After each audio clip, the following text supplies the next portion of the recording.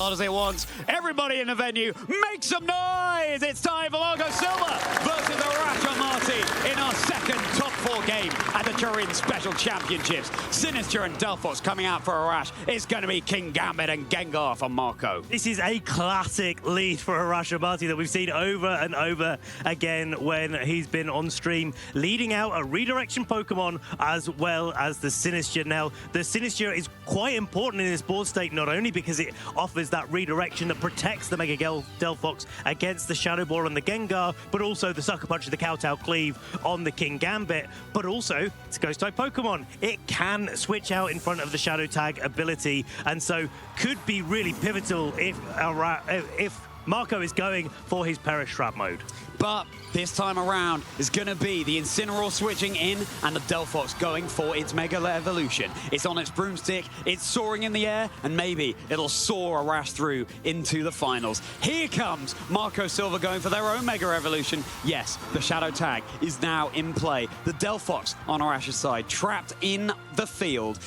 How is it going to shake out? After Gengar will just keep itself safe. May as well Mega Evolve, trap the Pokemon while you scout out from behind your Protect. Sinister is going to become the center of attention with the Rage Powder. Incineroar will not be able to target this Delphox, even though it's the powerhouse, even more so. Now it's setting up a nasty plot, rubbing its hands together in glee, having a light bulb moment. I feel like Arash never misses that opportunity to get the early nasty plot going with the Delphox, but it's so pivotal in this matchup where you really do need to, if you're Arash, make sure that you have the damage potential to get through the Pokemon on Marco's team as quickly as possible. But Marco has adapted really well. Here's the Vivillon coming onto the stage. We've finally seen it fake out onto the Delphox. No protecting turn. Now this Gengar gets the opportunity to get that Perish going, and the trap is in play. You might be looking at that Vivillon thinking, well, what on earth can that possibly do? And I'll tell you, my friend, those Choice Scarf, Compound Eyes, accuracy boosted sleep powders means that you can just shut down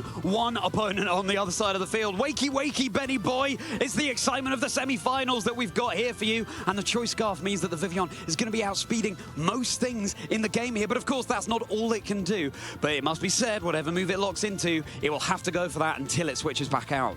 These Gengar-based Perish Trap teams really do like to be able to protect for a little bit, then switch about, and then protect again to make sure that the trap remains in place for all 3 turns of the Perish Song, and your opponent faints, and you don't faint. So there has to be some protects weaving around, some fake outs, some disruption weaved into Marco's game plan after this double protect. And that's really important because with the Sleep Powder coming out from the Vivillon, that's going to stop whatever disruption that Marco wants to come onto the field. The Gengar or the Incineroar or both have to switch out on this turn to maintain the trap so that the Vivillon, so that the Delphox go down at the end of the next turn. Exactly that. Yes, you can try and chip damage away and get the KO, or you could just set Perish Song and hope that after 3 turns, all of the Pokemon that hear it will be going down. But it does pave the way for some telegraph plays. For example, Marco switching out the Gengar on its final turn of the Perish Song so it doesn't go down itself. This is information that Arash can use to their advantage. This turn around, though, it's going to be the Gengar switching out as kommo-o is going to join the fray. So cool to see this Pokemon joining. The Sleep Powder heading into the Incineroar. The kommo-o is not the overcoat variant. It's going to be soundproof, as Incineroar now will be snoozing, but calling the Side Shock now onto the kommo-o. It's just going to be enough for the big one-hit KO. The Gengar would have taken super effective damage from that as well, but of course, it is the linchpin for Marco's strategy here. So the kommo-o, its sacrifice, hopefully, will not be in vain. And sometimes the best way to play these Perish teams is to not switch out one of your Pokemon. And if you're playing against them, if you're in Arash's shoes, you're like, well, if the Gengar's switching out and I can stop a Pokemon pivoting out with something like a Parting Shot, as we saw there with a Sleep Powder connecting on the Incineroar, then the Gengar's not on the field for 1 turn. But now, because the kommo-o went down, because Arash played offensively on that turn, then Marco now has 3 Pokemon, the opportunity to just go for a protect on the Gengar, maintain the trap, and then maybe switch out the Incineroar, or maybe let it go down to the Perish Trap. Set up a board state where the last two Pokemon have to hear that Perish song. It's a nasty strategy that Arash has to play around here, but they are the 2013 World Champion for a reason. Gengar, of course, going for the Protect here. No damage coming into that slot, and Incineroar can shrug off any of the moves that Delphox can go for in this situation. It doesn't mind snoozing. It's hopefully not going to be Arash that's losing from their perspective. Here comes the Heat Wave. At least it's going to be connecting. This Incineroar brought down, losing about a quarter of its HP here. Incineroar does get the wake up. The parting shot now onto the Vivian, just meaning that it's able to pivot out successfully and get something else in. And now switching in from the bat, Marco will only have one Pokemon remaining. It's going to be the King Gambit, Dark and Steel. Hate to see a Delphox, but of course the Delphox is off the field alongside this beautiful Butterfly. The Butterfly, winter has come. It's now, time has ended. Delphox, this one is going into hibernation. Goodbye to the flying witchcraft broomstick mage. Gengar here back on the field alongside the King Gambit, and all of a sudden Arash is down to their final two Pokemon. And now Marco's kind of got everything on that turn. The one-turn wake there, allowing the Incineroar not to go down. And yeah, Arash rightly clicking in the fourth bit. Let's take ourselves to game two, where we need to think about the adjustments coming from both of these players. But Marco played that so well. Arash knows that he gave the opportunity for the Mega Gengar to come back in after the Sleep Powder connected with the Vivian. But if you don't go for the Sleep Powder into the Vivian on that turn, then the parting shot happens. The Gengar switches out, the parting shot happens, and then the Gengar comes straight back in. So yeah, one of those weird scenarios where actually not attacking for a turn is probably one of the more optimal plays in that situation. But hey, you know, it's pressure under the lights here, and it's really a call between these two players. And that's exactly the thing. Arash just wants to play the honest Pokemon we have grown up with, but Marco is saying no. We are turning the way Pokemon works on its head. We just want to empty the health bars here, and I'd always be fascinated to know how many Shadow Tag Perish Song teams Arash has gone up against in their practice, what their plan is, because it's something that you have to do, especially when Mega Gengar is around. Arash is looking like their back is a little bit against the wall here, just racking their brains as the best strategy as how to deal with Marco's tricksy team. Well, we've seen this situation before, Arash coming back from a game one loss, figuring things out. I mean, in game one, the first set we saw him in game one, he took a really early trade between a Mega Floette and a Mega Scizor against his opponent, and then the battle still lasted for about 12 turns where Marco was still trying to win. And so, you know, Arash, don't ever count him out of this sort of situation. Marco knows exactly what he needs to do. He was able to execute a strategy this time. Will he be able to make that read to punch his ticket into the finals? Well, Marco, if he wins this game, will be progressing to those finals. If Arash wins this, then we're going to a game three. Everything on the line in our second semi-final here at the Turin Special Championships. Vivian in the lead this time alongside Delphox, Gengar and King Gambit once more for Marco. Love this lead. You've got now the mind game of the Vivian really comes into the fore. It can go for the Sleep Powder, try to stop the Gengar from being able to, one, go for its Perish Trap, but also, two, not be able to protect itself from the Delphox later. But it has to lock into that move. And in the meantime, there's a King Gambit there saying, hey, I'm here too. I'd like to put some big damage down onto the Mega Delphox. But equally, it also has the opportunity to Rage Powder, redirect any attacks away from the Delphox, allow it in its Mega form to just go on the offensive. And that's exactly what Arash is aiming for here, going for its Mega Evolution. And exactly as we saw in game one, Gengar becoming Mega Gengar as well. Mega Evolution all around on the field right now here in our first ever Pokemon Champions EU regional level event. The Sleep Powder actually going down onto the King Gambit here rather than the Gengar. Arash deciding to target the more offensive Pokemon in this situation. Delphox can get this nasty plot set up on the next turn. It could well be that Arash can just sleep cycle Marco, put asleep the Gengar, but how much is the Shadow Ball going to do? Delphox going to take it with 31 hit points. It's not the bulkiest of Pokemon, but clearly trained to be able to hang on through that.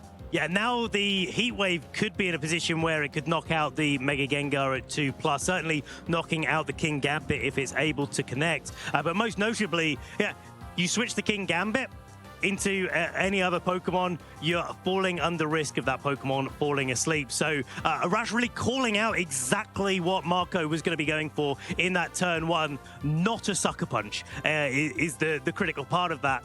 And saying, well, no, I'm going to get that King Gambit to sleep, and that's going to allow me the space to play on the offensive with my Delphox. Take a Shadow Ball as well. We've got to call out the massive special defense boost that the Delphox gets when it goes for its Mega Evolution. That's a very good point, Ben. Incineroar is coming in. There is no Pokemon on Marco's team that is immune to sleep. Of course, the safety goggles not in Pokemon Champions at this point.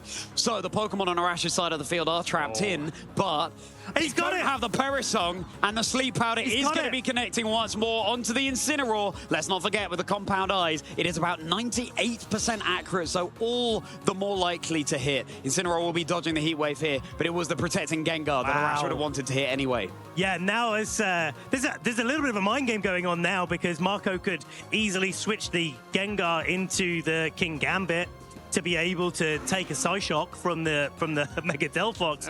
It's like, great. Kind of what next, because the King Gambit's still asleep. And so the onus really is on Marco to try and find a way, depending on what's in the back as well, to try and bring this game back. Maybe has to fight through the sleep turns. King Gambit has already taken its mandatory turn, but also then the Incineroar has yet to take its mandatory turn. Okay, but this is going to be the kommo-o coming in place of the King Gambit with the Sleep Powder, the call, and now the kommo-o is asleep as well. Arash went back to the drawing board and decided, how do I take down Marco's team? I just give them a lovely nap. And the Heat Wave, kommo-o is going to dodge, but Incineroar's going to take it this time around. Heat Wave not 100% accurate, and Arash is going to have to start hitting these if he does want to take us into a Game 3. Incineroar snoozing away, and look at that. 3 of Marco's Pokemon now asleep. This Vivillon is more than proving its worth. We haven't seen Arash bring it on stream yet, but right now it's having a show of glory. But it looks really difficult for Marco in this spot, but what we got to remember is that Incineroar is not going down in a hurry, and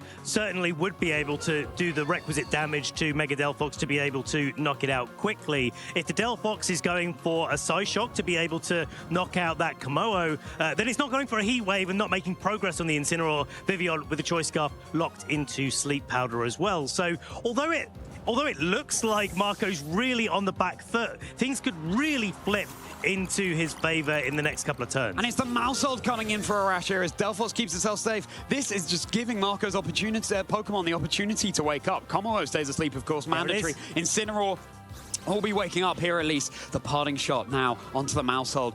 Mousehold doesn't mind that. It's there to be a supportive piece in this situation. And yes, we've got to remember that with Gengar off the field, Arash can certainly switch around these Pokemon. They have that leeway, and King Gambit is going to be coming back on the field. May as well burn the turns of sleep where you can. Marco is trying to get their Pokemon into a position where the Vivillon isn't there so that they can cleave through, so the sleep is not going to matter. I think that what Marco's been doing in this situation is actually really, really nice.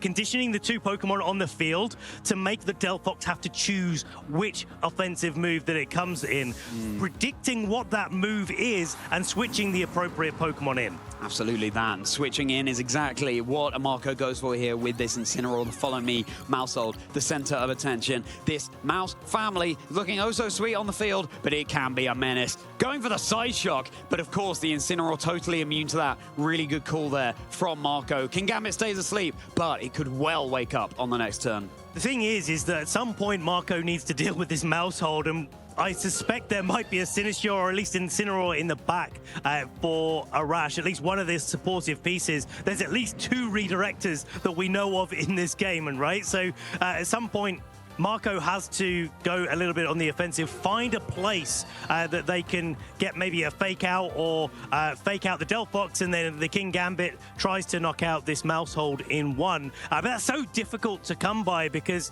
there's no reason for Arash not to just go for a double protect or at least protect the Delphox and reposition with his supportive Pokemon. And the Mousehold and Gengar interact in such an interesting way. They can't damage each other at all, although the Gengar can go for a Perisong. But it's going to be Vivillon taking the Mousehold spot. Delphox is going to be protecting now. Of course, it was the Side Shock.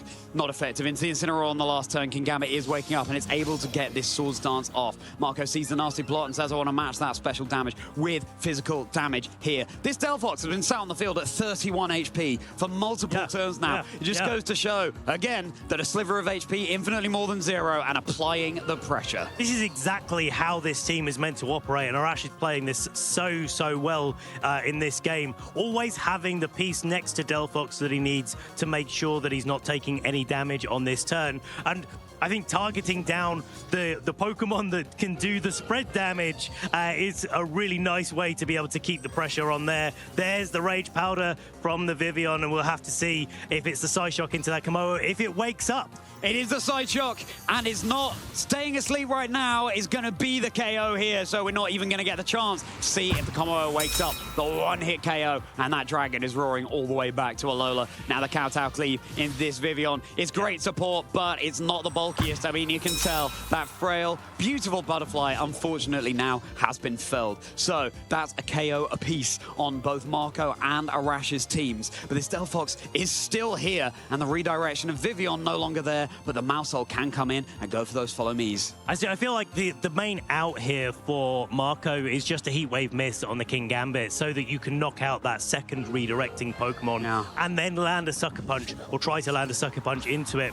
Mousehole as a redirector in this spot is so critical, because there's only Shadow Ball on the Mega Gengar, and so Mega Gengar can't ever do any damage to the Mousehole. Yes, it can disable a Follow Me, but you still have to open up the Gengar to be knocked out by that Delphox in order to get the disable off, in order to stop any Follow Me and redirection. So it's really tricky situation that Marco finds himself in. Arash just making sure to keep on that redirecting pressure, make sure that the Delphox gets the opportunity to keep going on the offensive. The brain boggles as to what Arash's fourth and final Pokemon might be. If it's something like that Sinister to provide all the more support to the Delphox, then how do you break through this Incineroar other than Super Fangs and Heat Waves racking up and up and up? So maybe it's one of the slightly more offensive pieces. I guess you could bring the Floette without megaing it, but it'd be a bold call. The Incineroar, again, not matching up too well into the Incineroar. Delphox keeping itself safe once more. Gengar is switching back in, so Delphox and Mousehole are locked onto the field. The Fox and the Mouse, who is going to be claiming victory for this house. Mousehole keeping itself safe. Fake Out was targeted down into the Delphox slot. Double protect over on Arash's side of the field. And now, this is where it starts to get dangerous again for Marco. The Heat Wave is the likely move of choice here. The Gengar, again, cannot damage the Mousehole at all. But also, if the Gengar is able to survive a Heat Wave and Arash doesn't commit the Psyshock into that slot, doesn't make any progress with the Incineroar, then maybe disabling the Follow Me could be a route forward for Marco.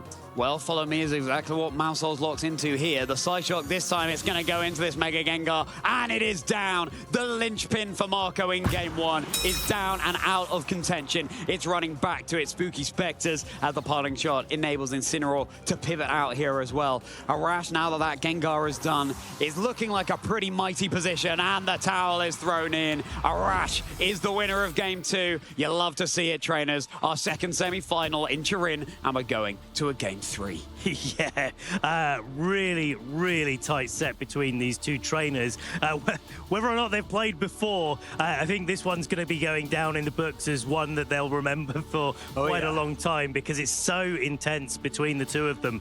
Delphox is probably the one Mega Pokemon that Marco probably didn't want to face up against, because the Floette, the Gengar, and the kommo-o all don't like seeing that move Psyshock, and so Arash being able to get that nasty plot up in at the start of turn 1, put on all of the pressure, make sure the Heat Waves are also threatening those big KOs is really telling. And I love the lead of the Vivian in Game 2, putting on that Sleep Powder pressure, and Arash making the call out. But if he does it again, he's got to make the call out again, because if you get that early game wrong against a team like Marco's, you can be in a real pickle real quick. There is not a thing that Marco's team can do to avoid being put to sleep. They're not grass types. We've got soundproof on this kommo-o. At the same time, it's good that Marco's Gengar has the Shadow Ball over the Sludge Bomb in a situation, so at least can threaten down down the Delphox. Definitely. The temptation, of course, is so there to put the Sludge Bomb on the Gengar, given all of the Mega Floette running around. So at least maybe that's exactly why Marco put Shadow Ball on this Gengar. But again, once Vivian is there, it is cute, but do not let that fool you. You can see the antics it can get up to. Yeah, it's like even the combination of Rage Powder as well, we haven't yet talked about it, but its ability Friend Guard also coming in clutch here, making sure that Arash can survive those big attacks, survive the Shadow Ball from the Mega Gengar as well. And so there's a lot of really great support that Arash has, probably all of the best redirectors that we have in the game. It's like check, check, check, as well as one of the better fake-out Pokemon in Incineroar in the format. Oh, goodness me. Everything is on the line here, trainers. Whoever wins this next game will be our second finalist here in Turin. It all comes down to this. Here comes Delphox and Sinister coming out of the gate for Arash. And for Marco, once again, it'll be the King Gambit and Gengar. So Marco, again, just digging their heels in and saying, I must put some pressure down onto this Delphox in the early game. And even if I don't put the pressure directly down onto the Mega Delphox, then I can put pressure onto those supportive pieces and start to try and carve out a little bit of an advantage there. The trouble is that unless maybe you find a way to get a Clanger Soul going on your kommo-o and it's trained fast enough to be able to outspeed Mega Delphox when it goes for its Mega Evolution, it's really tough for Marco's team to go before the Mega Delphox is able to attack, and King Gambit's Sucker Punch is the only thing that can do it. It's really interesting to see Vivian not being led here for Arash. It was so crucial in that previous game. Now Marco can switch in this Incineroar, and the Gengar isn't as threatened as it was before. Here comes Delphox going for its Mega Evolution once more, astride its Broomstick, and let's see if it can blaze a trail all the way through to the Grand Finals. It's got a big old boost to its special defense here as well.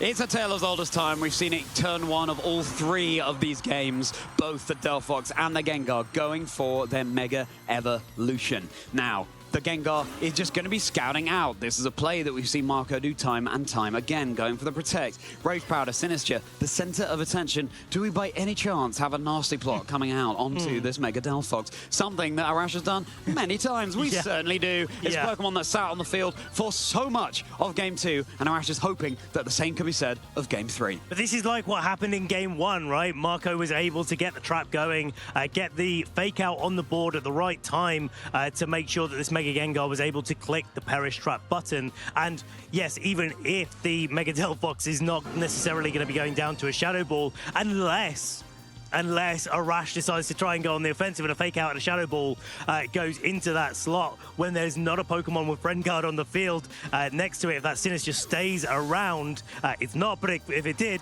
then maybe there's an opportunity there. Here we go. Here comes the savior from Game 2, Vivian. Delphox is protecting, of course. The thing is now with an active fake out on the field, it means that the Gengar is all the freer to go for this Parasong without worry of a Psyshock or a Heat Wave. So a lovely pivot in from Marco there, the Parasong. This Gengar is crooning, but which one of these Pokemon will be going down? Will potentially all four of them save some switches? But yes, that Perish counter is now racking up and up. Yep. This little butterfly has a big burden on its shoulders. Okay, and we saw this in Game 1. This is exactly the same way that Game 1 went.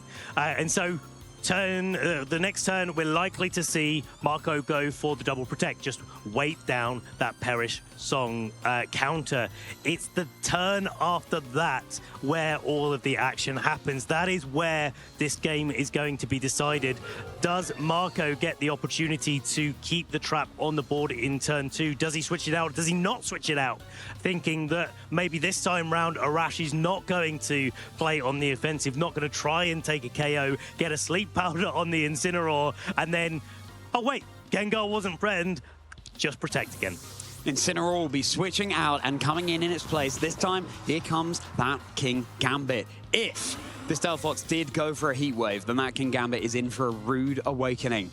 The Vivian attempting the Sleep Powder and connecting now into the King Gambit. Again, 98% or so accurate. King Gambit immediately falling asleep. What did Arash do? It was the Psyshock into the Gengar. So this King Gambit is in for free. Save the sleep. Save the sleep. And now, this is the critical turn. If you go for a Heat Wave, if you're Arash, onto that King Gambit and knock it out, then well, the Gengar will be able to come back in. If you don't go for a Heat Wave, you go for the Psyshock on the Gengar and say the kommo-o comes in, then the Gengar comes back in again. We get the repeat of game 1. But if the Gengar stays in and Arash doesn't go on the offensive, then the Gengar stays in, manages to protect next turn, and the trap stays in play. It'll be the kommo-o coming in. The mind games are real in this set, trainers. So the kommo-o is now going to be snoozing as well. 2 Pokemon sleeping over on Marco's side of the field. The side shot into the Kingambit slot, predicting that the switch would be over there. But of course, Kingambit, a dark type, immune to that move. Marco has really been clawing the advantage here. Arash was predicting, and you can see now looking up to the skies, wondering, okay, is there a way I can turn this around? Okay, okay. This is great for Arash in this turn. It means that he's broken the trap. It means that he can switch out the Vivillon and switch out the Mega Delphox, but then what? And that's the real key here. There's 2 Pokemon asleep on Marco's side of the field, but the Gengar is still in the back. And we've got to find, Arash has got to find a way to go through this sequence again, where the next turn Gengar's going to be on the field, but there's not too many offensive Pokemon that can knock out a Mega Gengar on the next turn. And so the trap can still go in play. Okay, well, this Parasong has been averted for now. The Sinistcha coming in Delphox's place. The Vivillon is going to be staying in. Arash deciding to sacrifice that slot. We salute you, Vivillon. We saw your hard work in game 2. Vivillon is down and out. We still don't have the reveal of the 4th Pokemon for Arash in this game. Thank you for your service, Vivillon. Sinistcha, there's no hospitality there for you to provide, but the Delphox is now coming back onto the field. Shiny to boot as well. But, of course, now its ear defenders were on. It didn't hear the Parasong, and it's back in safely. Yes, really great play there for Arash, noticing that it's like, well, I've got enough of my opponent's Pokemon asleep. Now I can just let the Vivillon go down and get in the Pokemon that really matters. Keep the pressure onto the Mega Gengar that could be on the switch-in.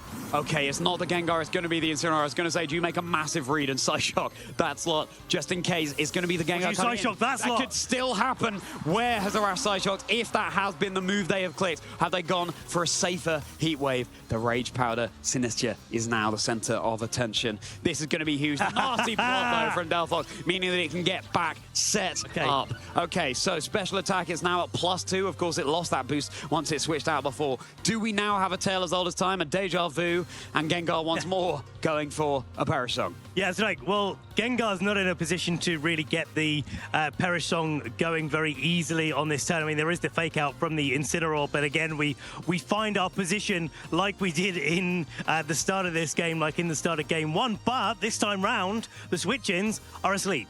And so that does open up a few of the doors there for Arash. But Marco just playing so well, just getting the second opportunity for this Perish Song to go into play. Oh, goodness me, the Delphox has to protect once more because, of course, the Incineroar will be faking out that slot anyway, so it would have flinched.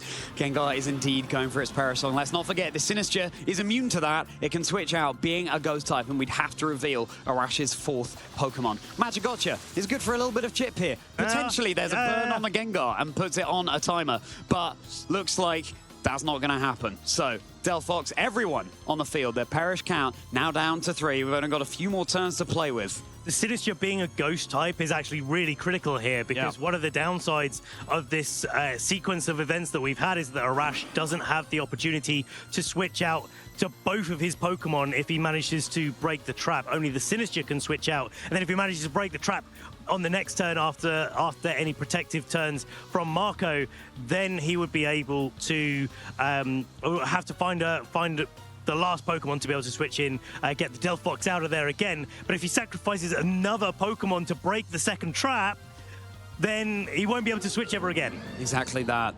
And then you are well and truly trapped. Finally, we have the reveal of Arash's final Pokemon, and it will be the Mousehold, with the Friend Guard ability online here as well. Incineroar switching out, Marco deciding it's time for one of these Pokemon to burn some turns of sleep. This Kingambit is, of course, snoozing. This Gengar will be keeping itself safe, but where did this Delphox target? Just another nasty plot is now at +4. This means that even though Marco has trapped the Delphox onto the field, and now the Mousehold too, is not going to want to be on the receiving end of any of the damage. It should be able to one-shot most, if not all things. Save that Incineroar. This is so tough. This is so tough this turn. We've already seen that Arash was willing to not attack or to attack into an immunity in order to not pick up a KO. And then does Marco now take advantage of that, not switch out the Gengar here? If he does that, this would be game. But if Arash is able to break the second form of trap, then he has an opportunity to carry on playing. It all comes down to this. The Gengar is switching out. The kommo-o is switching in. And let's not forget, this Pokemon is asleep too. Mousehold uses Follow Me just in case the Kingambit is waking up on this turn, which it could well do. Delphox is side-shocking into the kommo-o, and it's going down. Marco is fist in the air, celebrating. You might be wondering why, but of course, these trainers, especially with a Peritrap mode, you have to stay one step ahead. The Kingambit, Kowtow Cleave, the Mousehold here. It takes a hefty amount of damage. Delphox's Perish count fell to 1, but it looks like Marco knows he's already got this on lock. Sometimes when it's worked the first time, sometimes when it's worked the second time, you just got to click the button the third time round. Marco just knowing exactly what he needed to do now with double protect will mean that this Delphox and the Mousehold are going down to their Perish Song, and only a Sinister would be in the back. And Charlie, if you didn't already know this before, Sinister is not a Pokemon that wants to be in front of that Gengar, nor the Kingambit. Let me just take a note of that. Thank you, Ben, as Incineroar will be switching in its place. Marco is dotting the I's and crossing the T's here, because at the end of this turn, both the Delphox and the Mousehold will be going down to the Perish Song. Of course, the Gengar is protecting, attempts the feint, of course. Gengar is a Ghost-type Pokemon, but it's cute. It's a nice little laugh they're sharing on the stage here. Incineroar will be dodging anyway, and here comes the Delphox, plummeting down from the skies on that broomstick, going back to its Pokeball. The Mousehold is going to be following suit soon as well. Arash is down to just the Sinister here. Alrighty then. The battle has ended. The towel is thrown. Arash has lost. Marco Silva is our second finalist in Turin.